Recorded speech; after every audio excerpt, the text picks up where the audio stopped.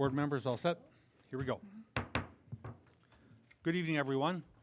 On behalf of the Community Unit School District 300 Board of Education, I would like to thank you for being in attendance, both virtually and in person, for tonight's board meeting. At this time, I would like to reconvene the meeting of the Community Unit School District 300 Board of Education to order for Tuesday, February 18th, 2025. Madam Secretary, would you please take the roll? Burkett, present. Fiorentino. Lamarca. Present. McKindy. Present. Scarpino. Present. Thomas. Zettler. Present. You have 6 board members present. Thank you. Dr. Smith. Good evening. At this time, I'd like to invite Principal Jackie Burkota, yes, from Meadowdale Elementary School and her students to lead us in the Pledge of Allegiance. Welcome. Parents, you're welcome to come forward and use the front of the room to take pictures as you'd like.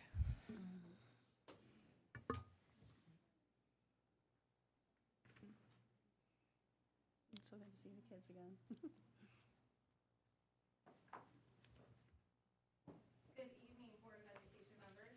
It is my honor to introduce a group of students who truly embody the spirit of Meadowdale Elementary School. These exceptional young leaders constantly demonstrate what it means to fly like an eagle by being respectful, responsible, and safe in all that they do. They show up every day ready to learn, supporting their peers, and contributing to our positive school culture. I am immensely proud of their dedication and the example they set for their classmates and the entire building. Please join me in welcoming these outstanding students as they lead us in the Pledge of Allegiance. Alexa Avala, Aleida Arroyo, Alondra Perez Rodriguez, Ashley Espinoza, Jonathan Yanez, Caden Martinez, Sofia Guerrero, Miley Olea, and Rafael Garcia Garcia.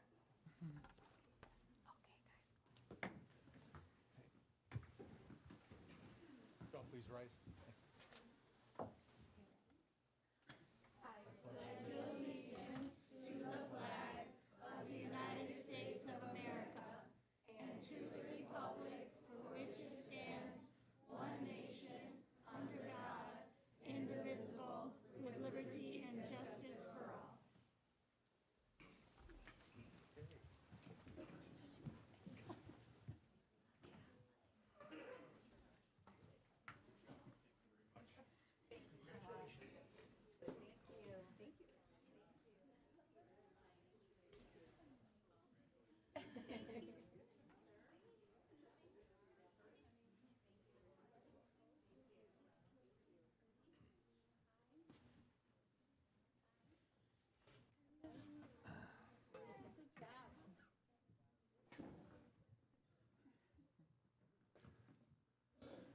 Great job, parents, with your kids. Outstanding, outstanding.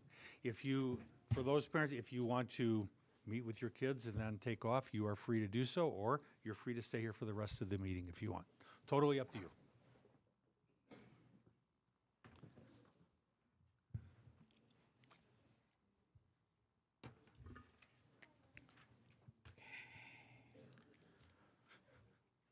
Board members, we're on item number 5, the approval of the agenda. There have been no changes to the agenda. Do I have a motion to approve the agenda? So moved. Second. Madam Secretary, would you please take the roll? McKindy. Aye. Lamarca. Aye. Burkett, aye. Fiorentino. Aye. Scarpino. Aye. Zettler. Aye. Motion passes 6-0. Thank you. Item number 6, recognition. Dr. Smith. For tonight's student recognition, I'd like to welcome Mr. Chris Columbaro, the Director of Fine Arts, to the podium. He will introduce the staff members who will speak about their Illinois Music Education Association Festival qualifiers.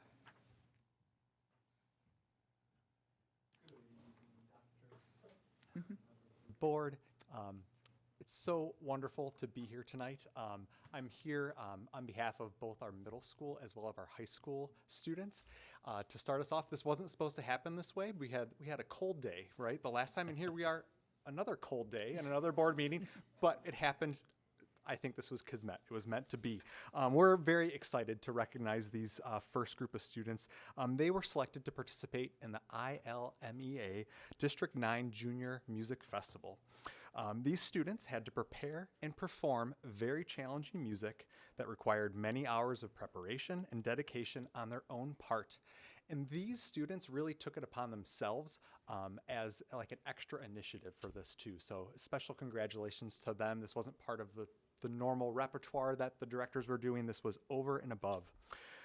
Many students from the surrounding area schools and districts also auditioned for these ensembles, and we want to commend all of them.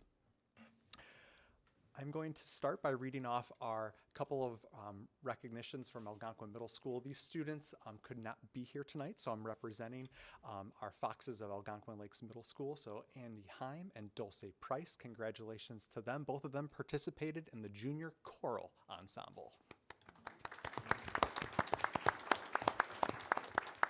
We appreciate the recognition certificates as well, board members, so we'll make sure those get to the students and the staff. Then, in attendance, I'd like to welcome in our Dundee Middle School students, and they are being recognized tonight by Mr. LeBray and Mr. Casper.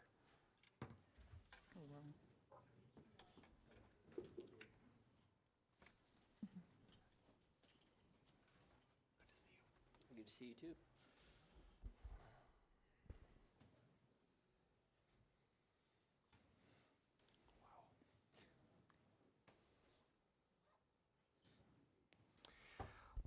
Okay, from Dundee Middle School, please help me congratulate the following band students: William Stansky, Brianna De La Pena, Ellie Alonzo, Hayden Hagel, Hannah Bernstein, Parker Lundry, and Charlotte Lubke.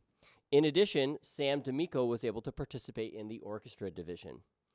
We are also proud of our participating choir students: Elliot Angsarat, Jessa Arkalis, Javi Bayard, Lainey Doherty, Verona Kuzborski, Peyton LaRue, Chloe Lawton, Tiffany Lee, Molly Linden, Frankie Lorenz, Ashley Minogue, Amelia Morotek, Maria Pilar, Marie Poulos, Mason Prince, Temi Rufai, and Lila Serafini. Congratulations, Cardinals.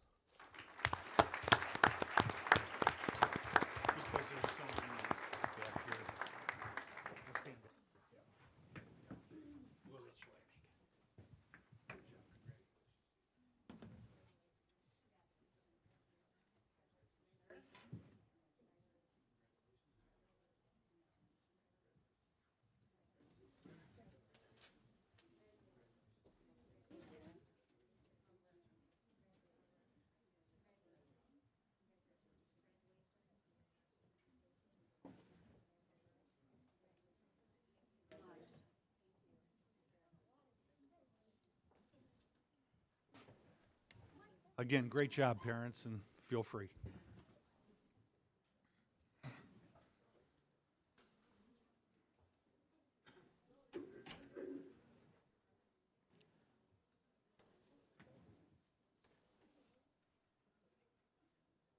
Holding here?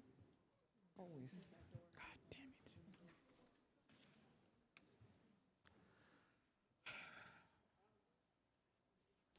I should get my jacket.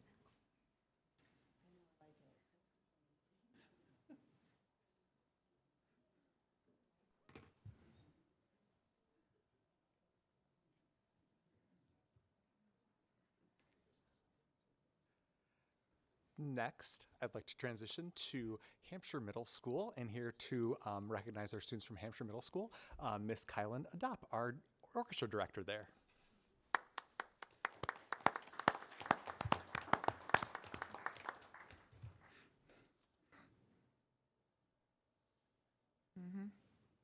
Vibrant. Good evening. My name is Kylan Adap. I'm the orchestra director at Hampshire Middle School, and I'm here to recognize 3 musicians who participated in ILMEA, who are Easton Stroh, Alice Pytel, and our individual here, Alexis Bailey, that's participated in orchestra. So thank you again for your time, and I'm so proud of you, Alexis. Nice job.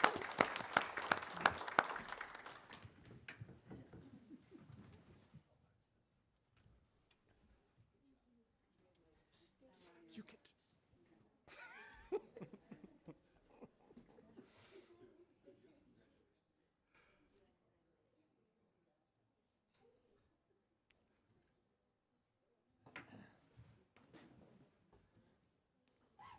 So I started talking about how this was Kismet. It was meant to happen, right? But you know, it's musical season, and it's Tech Week, and it's all those other things going on right now too. So pardon the attendance for some things, as our Westfield Community School students also are not here, but I would like to recognize them on behalf of Miss Breeze and our orchestra and band and choir directors there too. So congratulations to Andrew Little, Elizabeth Garcia, Chloe Rydell, Enzo Scarpelli, and Audra Steele, who recognized our Westfield students. So just claps and recognitions to them.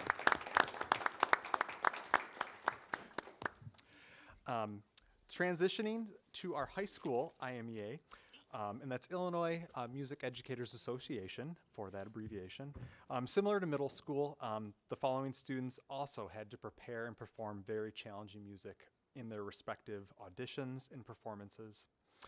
These students also participated at a district level festival, which was hosted by Dundee Crown High School earlier this past fall. And then at the end of January, they were downstate in Peoria, and they continued a wonderful legacy of District 300 students who have performed at this highest level in our state. So first, to start off, I'd like to welcome up Dr. Gurney from Dundee Crown High School.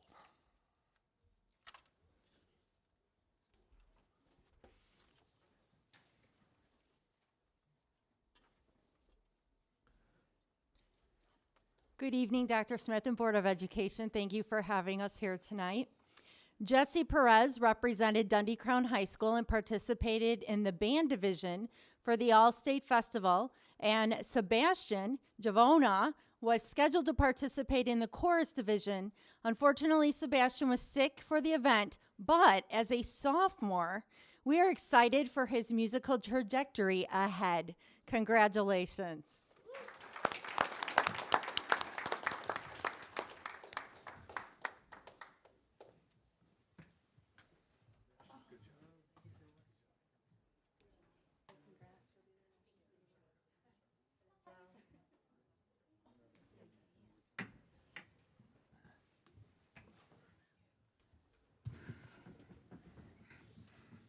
And from Hampshire High School, I'd like to welcome in our choir director, Mr. Chris Cherry, and also welcoming in, Dr. Sorry, Dr. Blanked on that.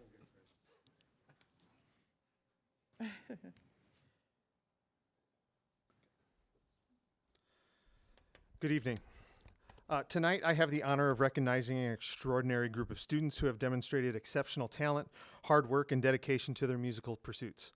At Hampshire High School, we had 23 student musicians represented at the Illinois Music Education Association District 9 Festival back in November, a testament to their passion and commitment to their craft.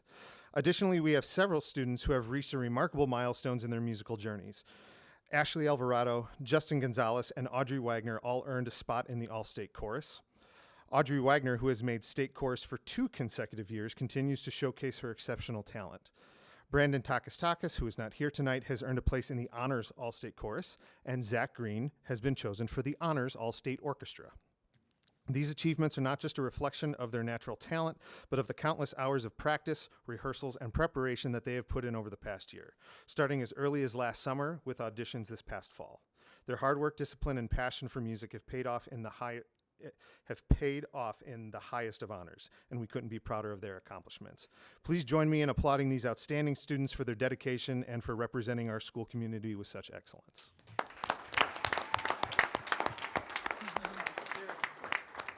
Sorry, Dr. Hardy. This way.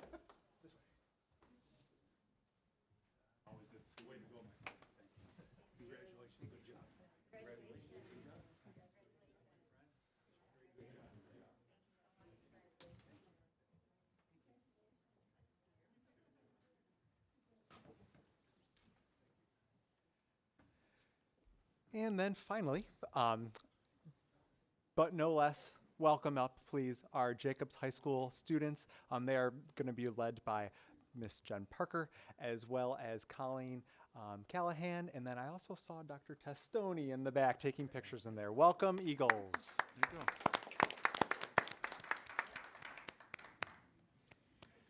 It is with great pride that I get to recognize these outstanding achievements of our talented students who represented Jacobs at the All-State Music Festival. I would like to congratulate, first of all, a few students that are not here with us tonight, but should be recognized nonetheless. Neil Soriano and Jet Traumer for their participation in the composition seminars. A special shout out to Neil for earning second place in the jazz improv category in the entire state of Illinois. Ella Person, who was chosen to attend for the Future Music Educator Seminar, showing her dedication to the future of music education.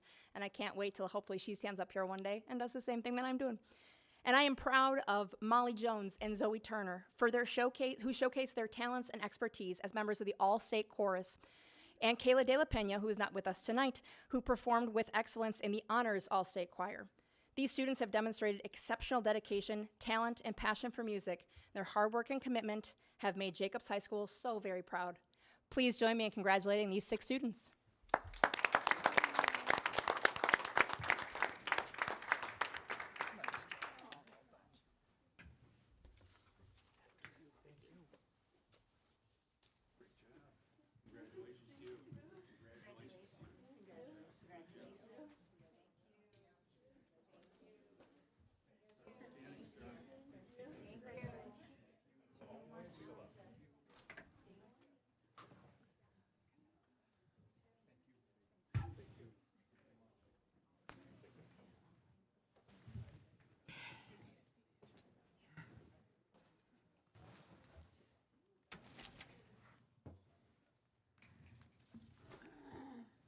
For tonight's staff recognition, I'll be recognizing our school counselors and school resource officers. School Counselor Appreciation. February 3rd to February 7th was National School Counseling Week, and I would like to take a moment to express sincere gratitude for the incredible work of our school counselors. Our school counselors provide essential support to students, offering guidance, encouragement, and a safe space to navigate academic, social, and emotional challenges. They serve as mentors, advocates, and champions for our students, ensuring every child has the resources they need to succeed. Please join me in thanking our school counselors for their unwavering dedication and compassion.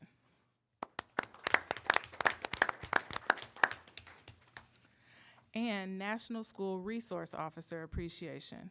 On February 15th, District 300 recognized National School Resource Officer Appreciation Day, an opportunity to celebrate the invaluable role school resource officers play in our schools.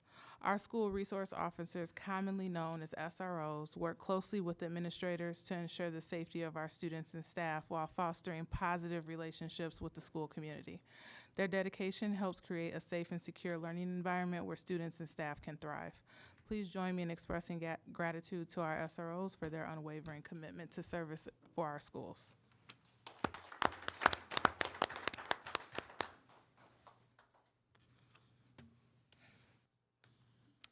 It is rather cold outside. I'm looking at the audience now. Is anyone going to be acting inappropriately tonight? Just want to know. No? Okay. Then I'm going to forego the rules of decorum. I trust each and every one of you. And for me to say that I trust people is that's something. It really is. So everybody's going to behave. We have had 2 people sign up for public participation. I will call each of you up to the podium. Please state your name and relationship to the district and limit your comments to 3 minutes. Please note the following. Each speaker has been provided with the guidelines for public participation. Minors need to be accompanied by their parents or guardians. The board will consider your comments but will not dialogue or engage with speakers in this forum. Questions raised may be assigned to the superintendent for an answer. As appropriate, a member of the administration may reach out to the speaker to give them relevant information or to ask for additional information. This is done to make sure the board has all the information needed to properly address the speaker's concerns. Charges, complaints, or challenges against staff members of the district will not be heard in open meetings and should be made in writing to the board and superintendent. We also ask that speakers refrain from personally attacking district staff or members of the board. We ask each participant to be respectful to all individuals who have signed up to speak and adhere to the allotted time limit. We also ask that speakers conduct themselves in a civil and courteous manner and refrain from trying to engage members of the board in dialogue during public participation. Failure to abide by time rules or those found out of order by the board may lead to exclusion from the meeting, to be fair to all participants. We want to thank you for your understanding and your cooperation. For public participation credibility statement, please note that the Open Meetings Act provides any person the opportunity to address the board under the adopted public participation policy. That being said, the board would like to advise the public that we will not consider statements read during public participation that are not authored by the reader to be credible unless the board has previously received the statement in writing from the author. Additionally, the author should indicate that he or she has granted the public participant the authority to read the statement on his or her behalf. Our first speaker is Mr. Mike Tennis. Mr. Tennis, I want you to know that I did have your email copied, and it has been distributed to the Board of Education. You're welcome, sir. Yep. Yeah, No. we have it. Thank you.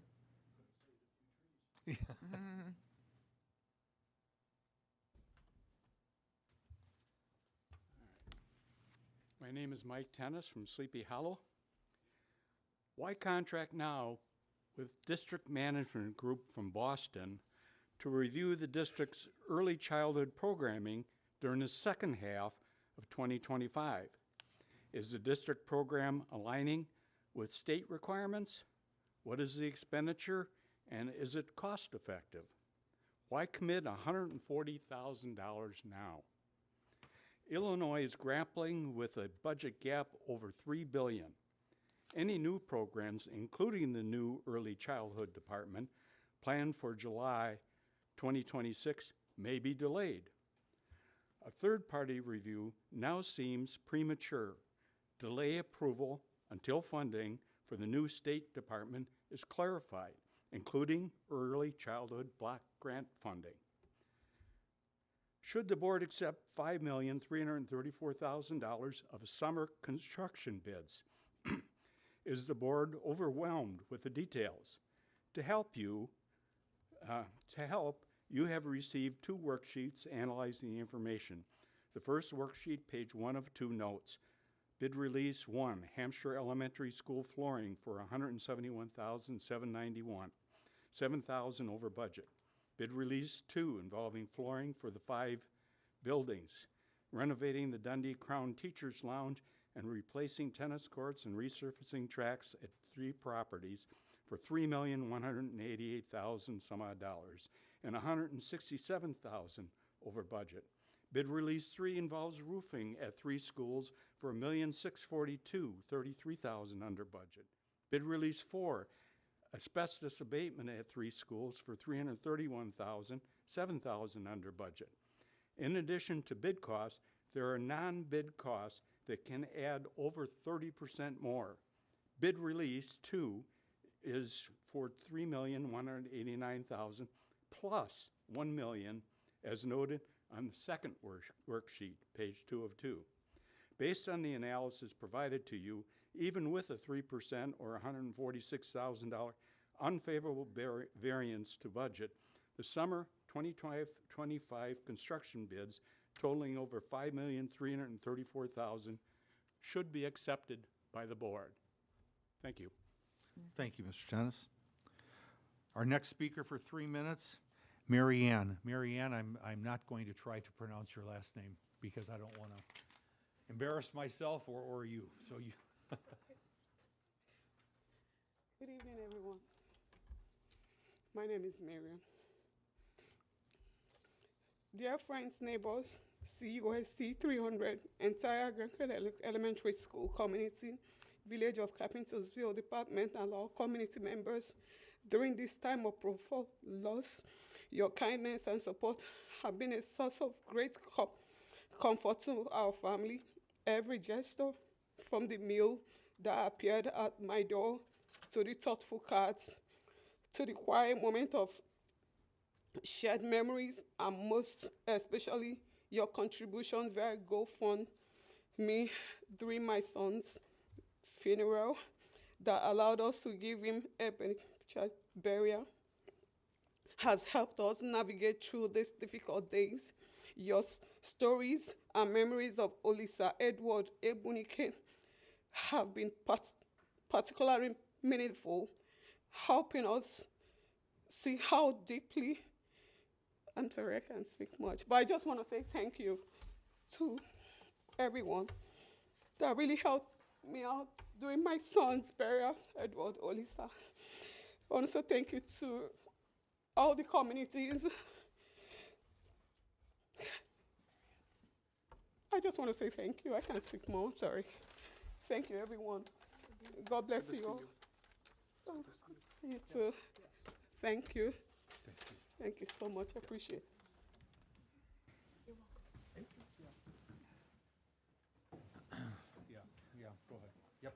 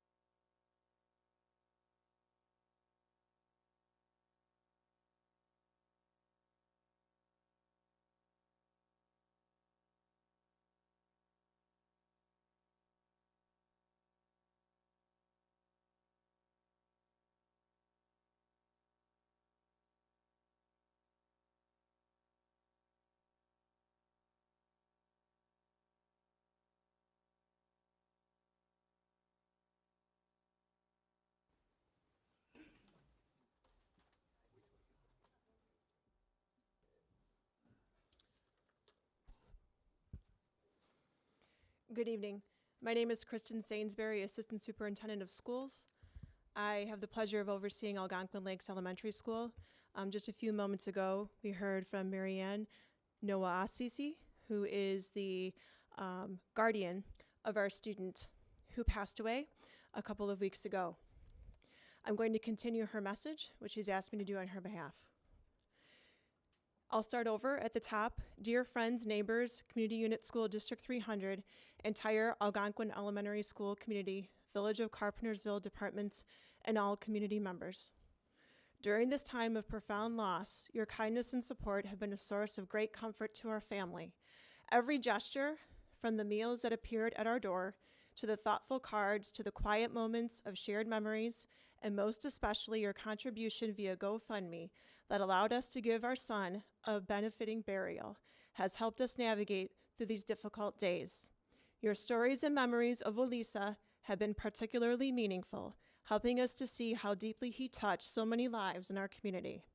Each shared memory has been like a small light, illuminating the beautiful legacy he has left behind.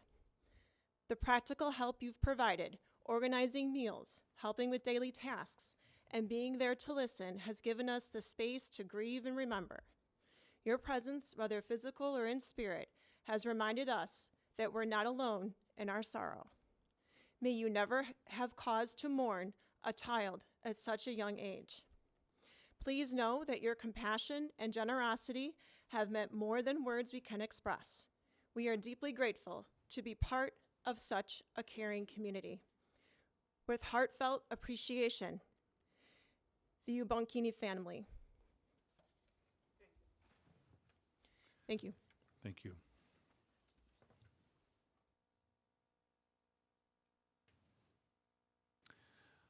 I believe we're on item number 8 now. Good news.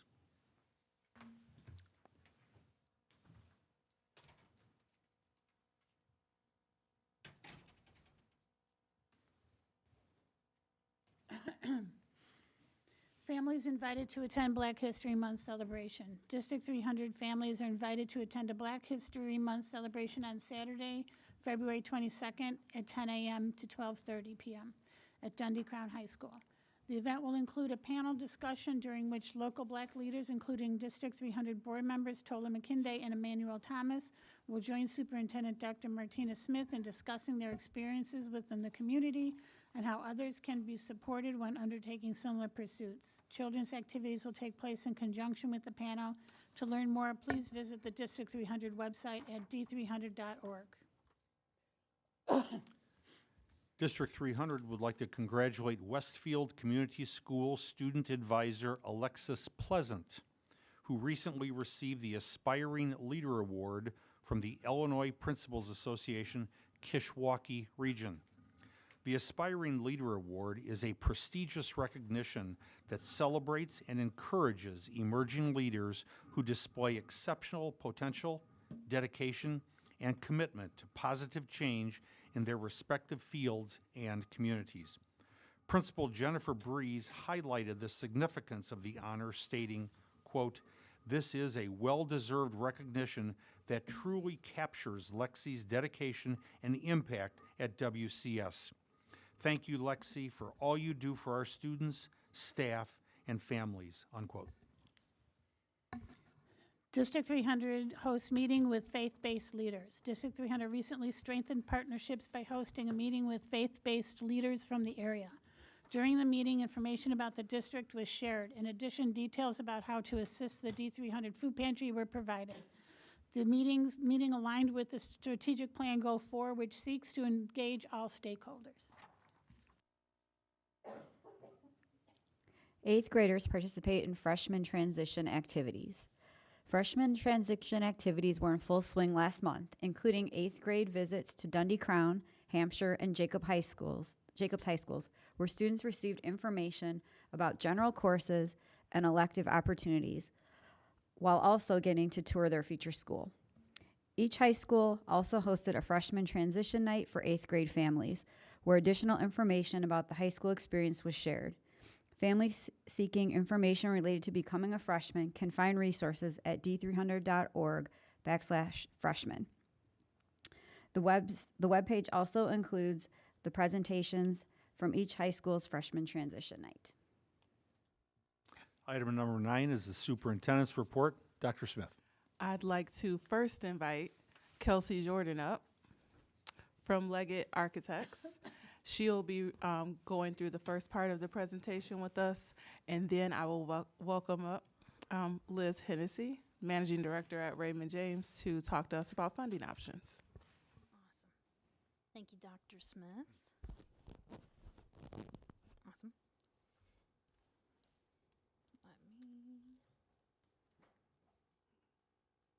She's coming up now to help All right, awesome.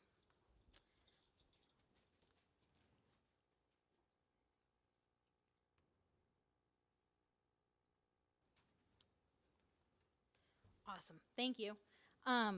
Again, my name is Kelsey Jordan, and I'm a senior architect and educational planner at Leggett Architects.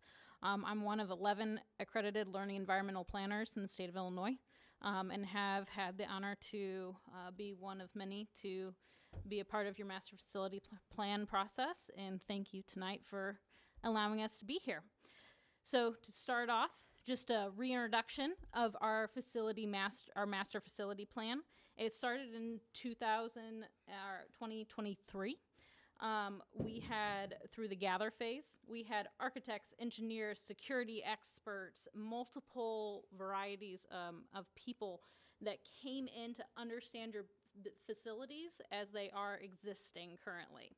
And overflowing into the gather phase is we gathered data from your community, and a part of that was during the envision, define, and consider phases, where we had community engagement sessions along with over 10,800 survey answers received back from the community educators, students, and staff. So where are we now? Well, we are right where the dotted line is currently, in between the consider phase and the transform of what the future will be. So what were these outcomes? All of your facilities have needs of some sort, and they're addressed in the master facility plan in one of two ways. They're either highlighted in capital improvement planning opportunities, or they're highlighted in some of the highlighted projects, which we'll go over today. Those capital improvement examples include yearly scheduled roofing and playground maintenance. They could include MEP or mechanical, electrical, and plumbing updates. And they could include finish and lighting upgrades or building envelope upgrades. So again, these are recommended to remain happening and ongoing on a yearly basis. Highlighted key projects. So these projects that you'll see in a little bit, they were evaluated on the criteria of good, better, and best. Good meaning safety and compliance. That this is your baseline of prioritizing ADA compliance, fire safety, structural integrity, to name a few. Then better with capacity challenges. So that addresses expanding in high growth areas or to try to address overcrowding before that happens. And then best are educational enhancements. So supporting learning with flexible and modern spaces and environments. Another way to phrase that is good, it needs to happen. Better, you're okay until. So you're okay until that bubble class hits, or you're okay until XYZ. That, you know, the place, a new place is built. Enhancements are your best. So right now, this is a snapshot of the district. By no mean are any of those any specific facility. But you have facilities in the good category, in the better category, and the best category. So the goal of this is to have them all be on good, all be in better, and then all be in the best category. So with that, we're going to go through the examples. Over on the left-hand side, you will see the master facility plan. I've identified priorities of those good, better, best, as well as staff, community, student identified priorities that were selected via the surveys and engagement. So if it is highlighted in green, that means that that identified priority has been met for that school that we'll be talking about. But if it's in black, that means that the identified priority aligns with the recommended improvements. And you do have facilities where they're all green. Big Timber, for example, you are perfect in that regard, that there is not a recommendation outside of a capital improvement opportunity. So for instance, to start off with our projects, Parkview Elementary. Parkview Elementary, the opportunity here could be to address a secure entry, as well as addressing capacity needs with an addition of classrooms. And then the alignments are off to the side. You will note that any of the elementary schools or middle schools that you see, the enhancing secondary classes will be in green, since that is a high school only application. 2026, Dundee Middle School traffic improvements are recommended. 27, looking at Dundee Crown High School. Recommendations on both the first floor and the second floor, so you'll see them split up, but overarching, what they both are showing is that security improvements, safety and security improvements by moving the entry, expanding the cafeteria and common space, and then adding additional classrooms. Perry, secure entry recommended there, as well as the a D300 service center in the best category.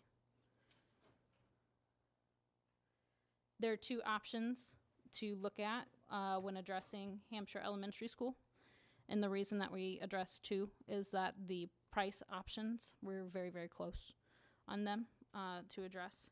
So option 1 is, in both options, it's to eliminate what we call the snake, the C shape that's there.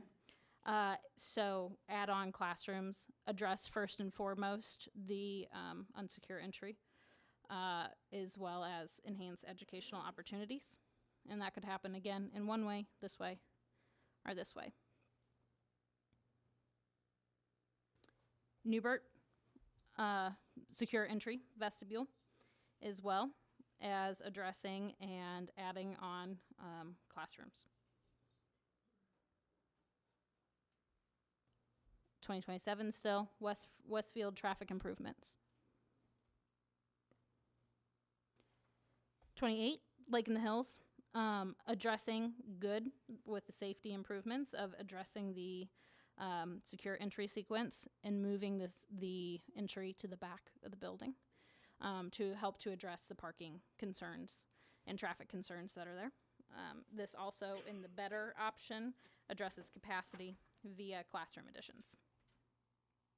Lakewood, secure entry. Meadowdale, a secure entry. Sleepy Hollow, a secure entry and ADA concerns.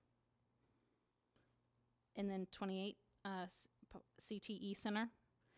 This example image here is of a space that was completed that could be an example of what the space could look like. You'll note that there is no identified location for this, but hoping to have it as a centralized CTE center. CTE was an item that was brought up in the community engagement sessions as well as through surveys. I do want to highlight that this does not mean changing programming at the schools or eliminating anything that exists at our high schools. It would be in addition to what we have available currently. Yep. Thanks, Dr. Smith. Dundee Highlands, secure entry, and then an addition under best. So that means is that by 2028, all the schools have been raised up to good. 29, Hampshire Middle School, addressing capacity concerns. Same with Carpentersville Middle, with additions in the better and best category. Algonquin Lakes, Eastview, Liberty, Lincoln Prairie, all have the same address there, which is turning their cafeteria into a student support spaces for student needs, and then moving the cafeteria and kitchen out to a location that is on the exterior of the building. This also helps with safety, as you don't have service providers that have doors open throughout the day and walking through the through your hallways.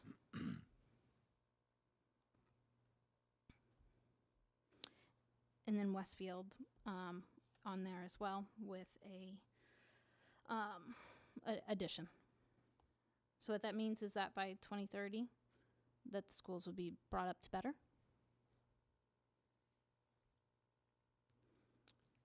And then that should say 2031. Jacobs High School would receive an addition to move their cafeteria as well. And then Hampshire High School with the added gymnasium space,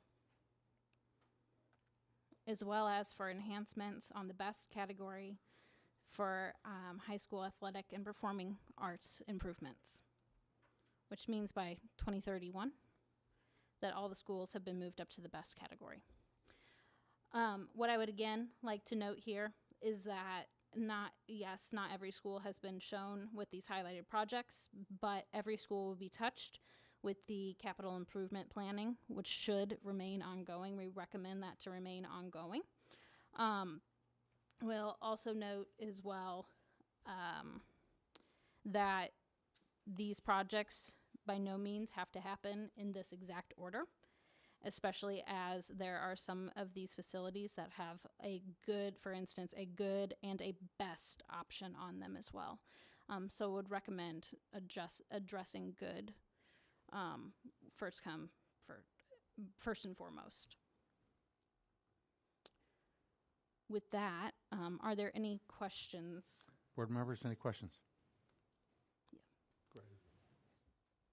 Yeah, can I ask, should have written it down as you went through it. So by 2031, based on this outline that you showed here for potential order of things, by 2031, all would be in best. Can you remind me the years which would all buildings would be in good and better? Yes.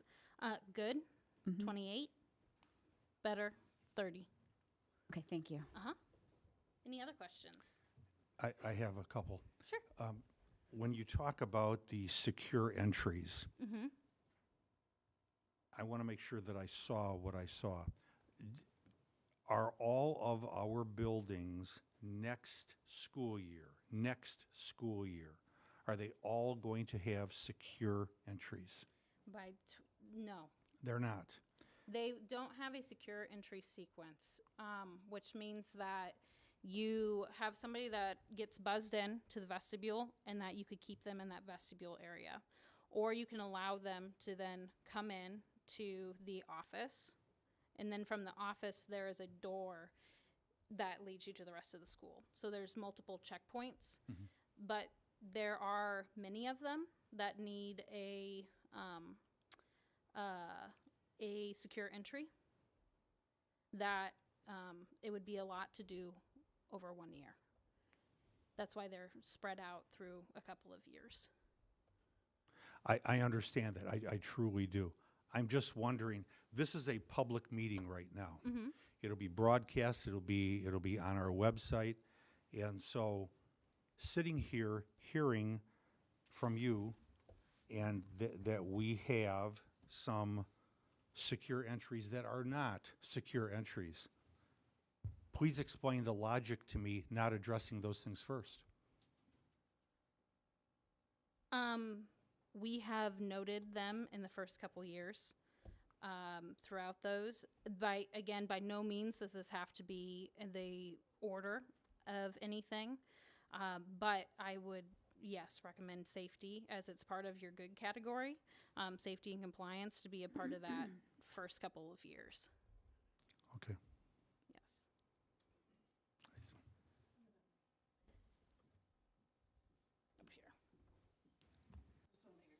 Sure.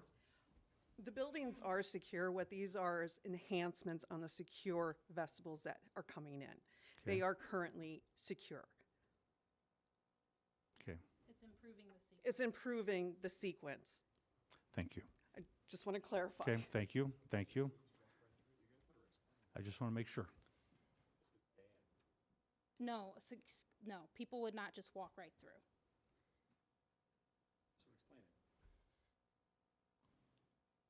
People are not able to walk just straight through. Currently, how the buildings are set up, you have to get buzzed into it.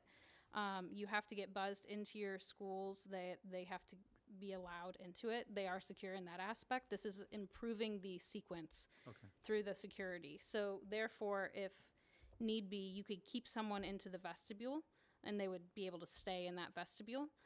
Students aren't walking through that vestibule then on a day-to-day basis. But it would stop them there. It would also then allow people to be stopped at that main office as well if you needed it to. Okay. I think that what Kelsey's trying to explain isn't necessarily why she's here to do this presentation. So I need someone on my team to re-clarify that the statement that we need to provide secure entrances does not mean that our buildings are not already set up for safe entry. Thank you. So I need someone on my team to go to the mic and explain this. Yes. Because Kelsey is here as the architect. Thank you. Appreciate it. They are secure. Both of you. That would be great. Yep. We're not going to olay this. We're not going to sit here and send the message that our schools aren't already set up safe. I need it explained in very clear, plain language to the community that we have safe entrances, and this is an upgrade to a different pattern of entry. All of our buildings are secure. They're locked. You go to the main entrance. You hit the A phone button to get in. It's a visual contact then with the main office. They can see you. You have to communicate with them vocally, verbally, who you are. Then they let you into a vestibule area. All of our schools have that. What Kelsey is saying and what we're saying with our enhancements is we're taking that to the next level where you will enter, after you're buzzed in, you'll enter the main office, be able to be raptored in right then, and then be let out into the general area of the school. Okay, thank you. Okay. Okay. And we have taken steps over the last 2 years to harden our entrances. We won't speak on the safety things we've done for those entrances, but as you enter into that vestibule, it is a layered sense of security. You can't even get in the building until you have to look into a camera, get buzzed in.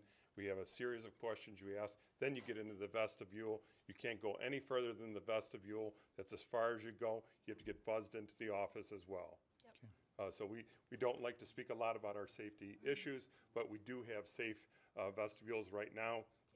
And I think some of the things that she was talking about too, it's just realigning. If we move an entrance to a new location, we're going to have to harden that location.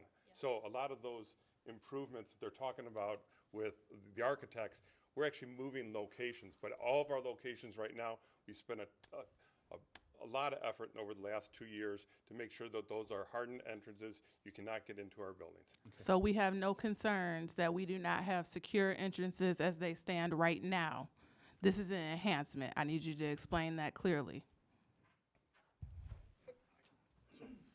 So the perfect example for this is a Lincoln Prairie. You walk in, you're in the vestibule, you buzz to get in, then you go to the vestibule, then you're buzzed to get into the main office. So there's 2 sections right there. Then you get into the main office, you get raptored in, and then once they check that you're okay, then they let you into the general population of the school. That's what is ideal for the entire district. Some of the schools we have, you get buzzed in, and then you get checked in through a window, or you get checked in. You don't physically go into the main office area. Thank you. Yeah, sorry for any confusion on that. That's okay. Any other questions? No, I think what we're going to do is we have a couple people that need to use the restroom, so we're going to take a 15-minute recess right now, okay? All right? Awesome. 15-minute recess. Do I have do I need a motion for that at all? Okay. Do I have a motion for about a 15-minute recess, please? So moved. Madam Secretary, would you please take the roll? Zettler? Aye. McKindy? Aye. Scarpino? Aye. Lamarca? Aye. Fiorentino? Burkett? Aye. Motion passes 6-0. Comfort break, another.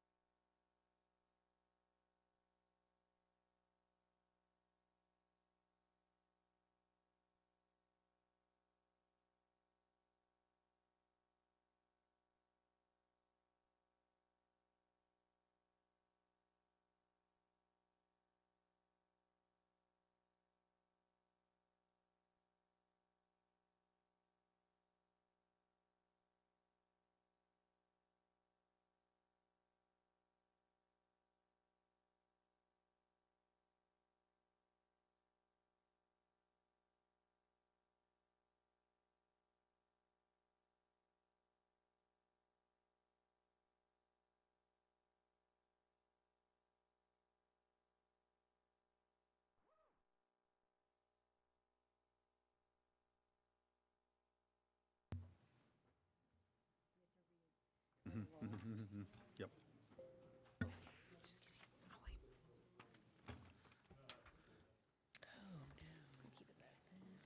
Okay, I'd like to reconvene the meeting of the Community Unit School District 300 Board of Education to order for Tuesday, February 18th, 2025. Madam Secretary, would you please take the roll? Burkett, present. Fiorentino. Lamarca. Present. McKindy. Present. Scarpino. Present. Thomas. Zettler. Present. You have 6 board members present. Okay, thank you. Thank you very much. Sure. Thank you. Thank you.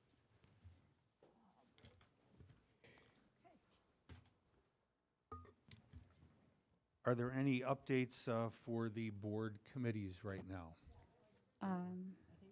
Oh, I'm sorry. That's I okay. apologize. No worries. I just We're wanted to make going sure you didn't to have anything go else. into the funding part. Thank you. So we have Ms. Hennessy here to talk to us about our funding options. Thanks. Elizabeth Hennessy with Raymond James. Nice to see you. I'm going to talk about the funding options for the Good, Better, Best projects that Kelsey and Leggett Architects have outlined for you through the community engagement. So the next slide is a master facility plan summary of needs with dollars attached to them. Leggett Architects and LAMP, the construction manager, have put these costs together starting in fiscal year 26 through fiscal year 31. I put the summer that a lot of that work would be done underneath the fiscal year, so you can kind of see the relationship. But we've separated these projects into the good, better, best categories that Kelsey just reviewed, as well as life safety items. So over the next 6 years, the life safety items total $68 million. The good items total $71.1 million. The better items total $272.5 million. And the best items total $136.8 million, for a total over this 6-year period of $548 million. Okay, here are some funding sources that are available, starting with the district's capital projects fund balance.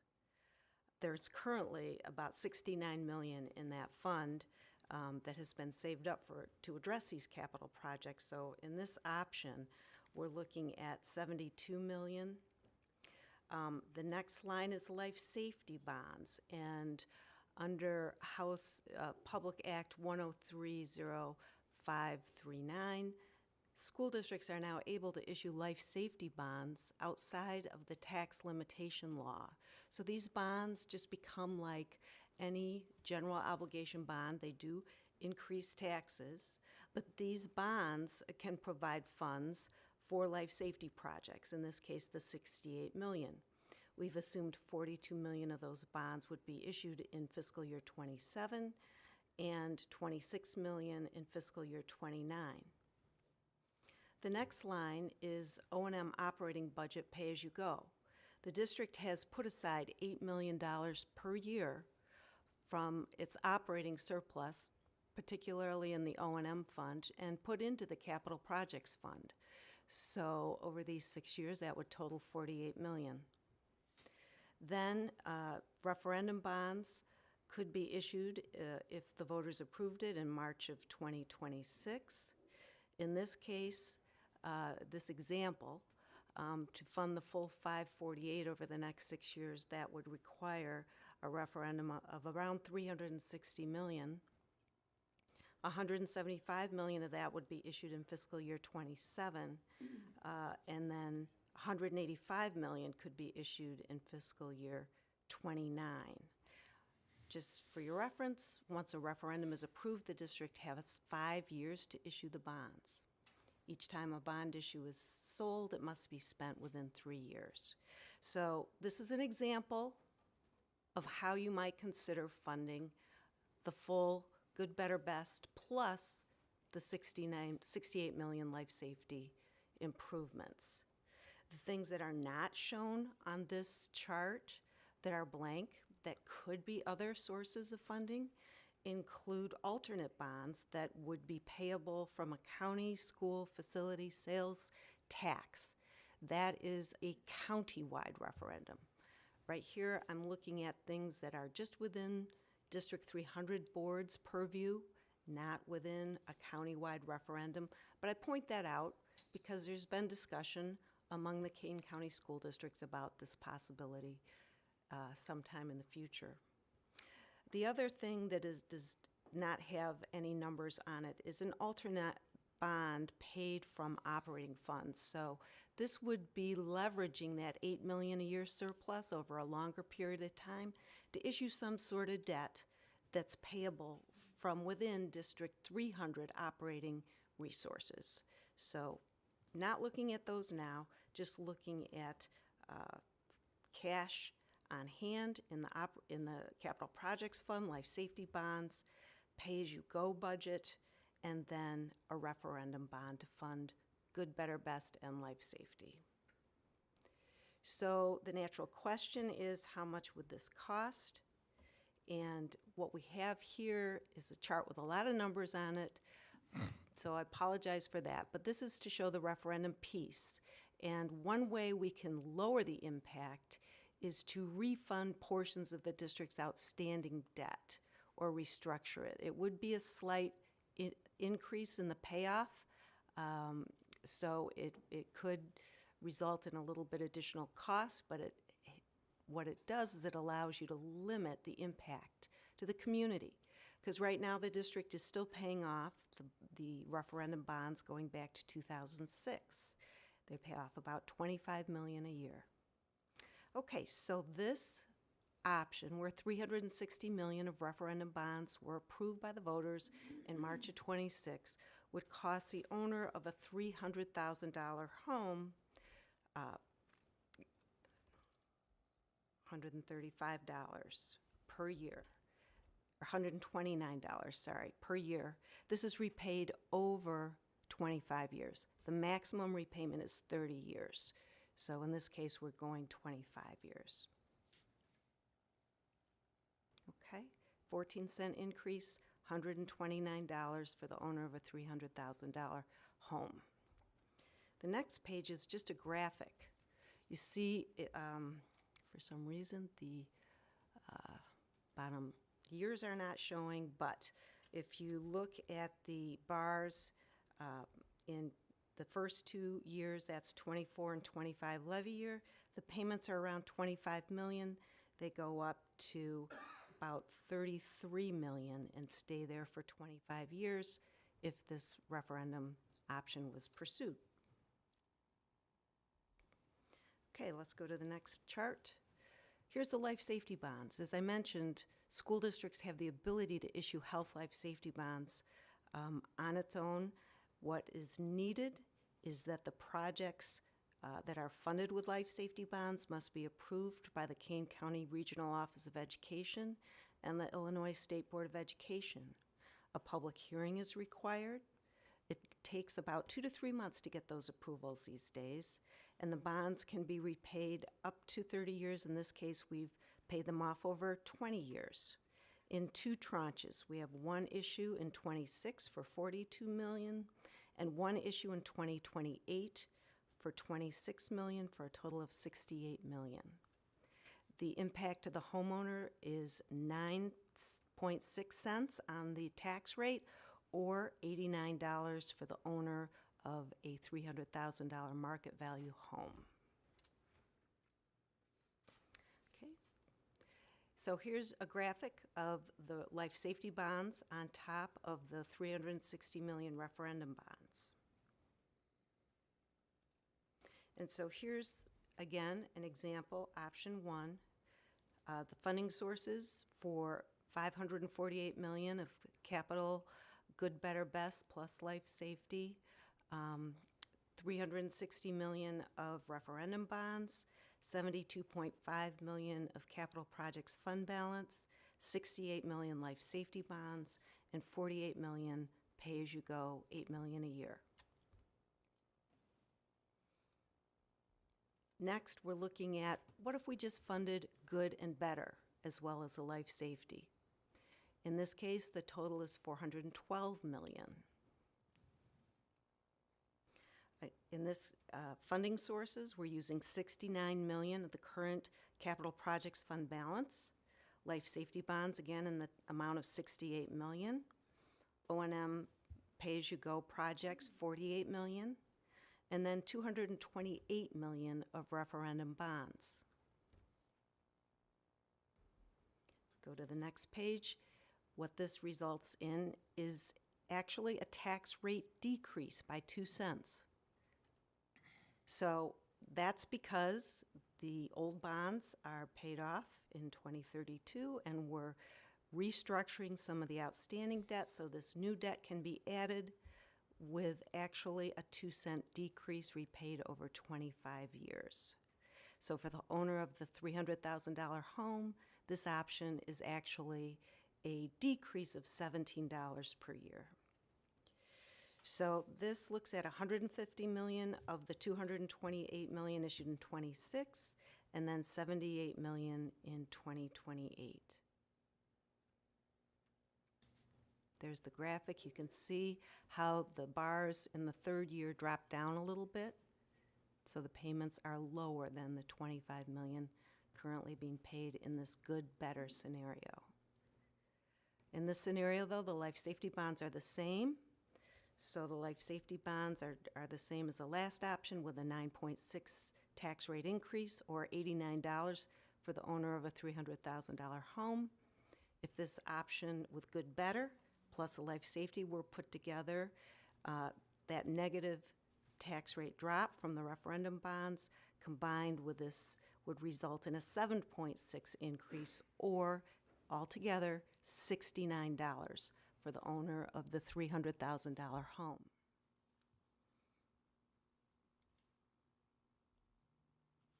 Here's a graphic. So that's the $69 increase for the owner of a $300,000 home for good, better, plus life safety. And here's a summary, the pie: $228 million referendum bonds, $69 million capital projects fund, $68 million life safety bonds, and $48 million pay-as-you-go over those 6 years. And then I did another option. Again, these are all just examples of funding options. What would be a no tax rate increase referendum? Based on current interest rates, we're looking at about $250 million going out 25 years. Keeping your tax rate for debt right at the same place, payments about $25 million a year. Here's a graphic of that. So if we put together the $250 million of referendum bonds with the $69 million capital projects fund balance and the $48 million pay-as-you-go, we're looking at total resources of $367 million to address the various capital needs under your long-range master facility plan. So again, these are just options for funding some or all of that long-range capital facility plan. Happy to answer any questions. Any questions, board members? Sure, go ahead. Okay. Can you go back a few slides to one of your ones with this one? Oh, wait, okay. Yeah, no, keep going back. It's the one with all the funding options and I have a question. Option about, one? No, I have a question about the surplus and the deficit. One of those slides that shows that. Is that this one? Yeah, okay. So where it shows a surplus, so in fiscal year 2026, it shows a surplus, and again in 27. Where are those funds going? Are they rolled into the next year and factored into that, or They're what? just paying for capital projects every year that are under the master facility plan. So they're not really surplus. It's operating surplus that then is dedicated to the capital projects fund and paid for capital projects directly.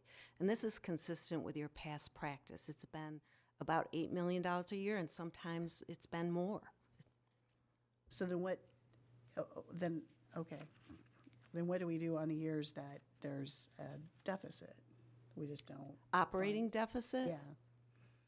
Where you, like in 2027, you have a $90 million deficit. Oh, you're looking at the bottom. Yeah. I'm sorry. sorry. That's okay. I probably didn't make it clear. Yeah. Well, you see, the line below the surplus deficit is the cumulative fund balance. Okay. Okay, so we just take the sources of funds, for example, in 26, including the 69 million in your capital projects fund plus the 8 million, that's 77 million. Of that 77 million, what you're spending based on your master facility plan in that year on the top is 34 million.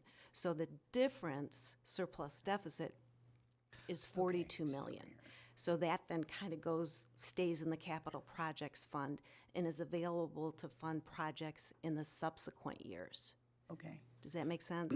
It does. Thank you. And then my second question was, and this may be directed more at Dr. Smith, I'm not sure, but so say we build the CTE building. How do we factor in how that, because obviously there's ongoing costs with that, operational costs, how do we factor that into our operating budget and plan accordingly? Well, this is the start. Once we order the projects and we have the mission, then we start to work on answering that question. So we have to choose a direction. Do we want all of the projects, just the CTE project?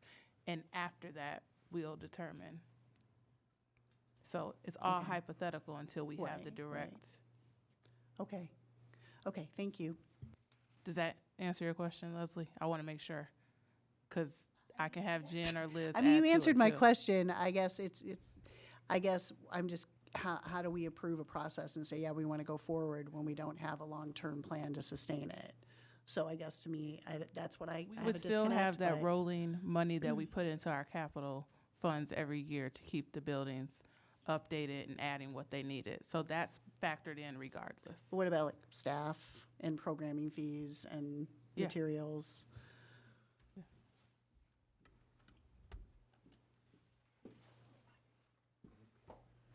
So as we do with Big Timber, those would be operational needs that we would have to identify, and we would have to determine if we do have those funds for the CTE program. So that would be part of new funding that comes in, whether it comes from our tax levy or it comes from evidence-based funding or another source. So that would have to be determined at the time when you actually approve the project, doing the forecasting to make sure that what is needed to staff that building, whether it's current resources that are reallocated or they're new resources, that's when you would have to determine that. That's part of that process. So right now you're looking at those projects, but until you kind of approve specifically the CTE project to build, that's when you would actually do that prior to approving that project to build. Does that make sense? Okay. And although we want to add probably like 20 programs, we wouldn't add them all at once. We would phase them in. Any other questions? Yeah. No? Oh, go ahead, Christine. Would it be possible, it might be on the slide that's cut off, but on that slide with the pie charts that kind of summarize each scenario, could you add in the information about what that means to the taxpayer that has a $300,000 home? I mean, it might be somewhere in here, but just that would be the place that would make sense for me to just see it Sure. in a snapshot. Because I think that's one of the important things to consider is what does it mean for actually our taxpayers as we're looking at this as well. So that, yeah, on this slide, if you could add it for each scenario, I'd appreciate that. I will do it. Thank you. Thank you. John, I'm going to go back. I just have a couple questions, okay? Please, thank you very much. We have, in our district, how many schools do we have? 27. 27. Does that include or not include the charter school? It does not. It does not. So when we talk about our schools, we're talking about 27 schools. Yes, sir. In order, if I want to go to one of our 27 schools, pick one, I don't care. Okay. When I go up to the door of the front door, is there a camera that looks at me? Yes, sir. There is a camera. Yes. In all 27 schools. Correct. There's a camera, okay? And then how do I let the people know that I want to get into their building? At each building, there's a camera right at the door Okay. with a button underneath it that you push. Okay, so I push the button, and then who answers me? It goes directly to the main office, so Okay. one of the office assistants. Okay, and I'm assuming, and maybe I shouldn't use the word assume, but probably the office staffs have been trained on, you know, if somebody buzzes me or I buzz them, they have questions to ask me. Who are you, your Correct. purpose, or something like that? That is correct. That is correct, okay. So now I buzzed, they said, who are you? I said, I'm Johnny Smith, and I want to see my son. So they let me in, and then, am I free to roam the schools now, or what? No, not in any of our buildings, no. In none of our None of them. 27 buildings, right? None of our buildings. Okay, so once I'm in there, then where do I go? So in 20 of the buildings, there is another door where you're buzzed in. You have to push the button again. Okay. Same system as the outside. Okay. And then the office staff would then make contact with you and then let you into the main office. Okay. The 7 buildings that were spoken about tonight in the plan that we'd like to do the enhancements, those buildings either lead you into a larger confined secured area that flows into the main office, or into a secured area where you have contact right then with the main office and you give them your information for them to check before you were released into the building. Good. I just wanted to Absolutely. make that clear. Correct. So, Absolutely. board members, any questions? We all squared away? Thank you. I appreciate that. Thank Yes, you sir. very much. Yep. I don't know, Shannon, if you can get us to the end of this presentation. That concludes the superintendent's report. Okey doke. Okay. Item number 10 of the board discussion. Any updates regarding the committees, Board Operations Committee? Yes, our next meeting is Tuesday, March 11th at 4:30, where we'll be discussing a lot of the items that we'll vote on in the following meeting that month in detail. Okay. The Superintendent Evaluation Ad Hoc Committee. We were able to, we looked at the process that we're trying to propose to the board, and there were some questions that we need answered so that it can help us in creating something for the final document that we're working on. I think we sent that to the board, but it's something that we would like to discuss in closed session. Okay. All right. The Board Policy Ad Hoc Committee. So like I said, last time we did updates, we've gone through all the policies, just as a read-through. And now, for instance, we're looking at policy that affects the member handbook. So we're comparing the two, and we're seeing if there needs to be a change in the handbook related to any of the policies that exist and vice versa. Okay. And then finally, the Board Member Handbook Ad Hoc Committee. So Ms. Settler and I met again, and we went through probably about a fifth of the overall handbook as it's written now, but we're basically reconstructing it from the start. But we have probably about a fifth ready to go to our fellow board members to review, and then we'll make sure it's approved by all 7 of us before it goes into the final draft version. And that should be going out to the rest of the board members, if not later this week, first part of next week. Any other discussion, board members? No? Okey doke. Item number 11, items for discussion over $35,000. 11.1, Early Childhood Programming Agreement. Any discussion regarding the Early Childhood Programming Agreement? No discussion? Okey doke. Let's go to the consent items, item number 12. Do I have a motion to approve the consent items? So moved. Second. Madam Secretary, would you please take the roll? Lamarca, Aye. McKindy, Aye. Burkett, aye. Fiorentino. Zettler, Aye. Scarpino. Aye. Motion passes 6-0. Item 13, roll call action items. 13.1, approval of Village of Algonquin easement agreement. Do I have a motion for the approval of the Village of Algonquin easement, AMS? Do I have a motion? So moved. Second. Any discussion? No. Madam Secretary, would you please take the roll? Zettler, Aye. McKindy, Aye. Scarpino, Aye. Fiorentino. Burkett, I. Lamarca. Aye. Motion passes 6-0. Thank you. Item 13.2, approval of copier paper bid. Do I have a motion for the approval of the copier paper bid? So moved. Second. Any discussion? Madam Secretary, would you please take the roll? Zettler. Aye. Burkett, I. McKindy. Aye. Scarpino. Aye. Lamarca. Aye. Fiorentino. Motion passes 6-0. Thank you. Item 13.3, approval of HVAC filters bid. Do I have a motion for the approval of the HVAC filters bid? So moved. Second. Any discussion? Madam Secretary, would you please take the roll? Zettler. Aye. Scarpino. Aye. Fiorentino. Lamarca. Aye. Burkett, I. McKindy. Aye.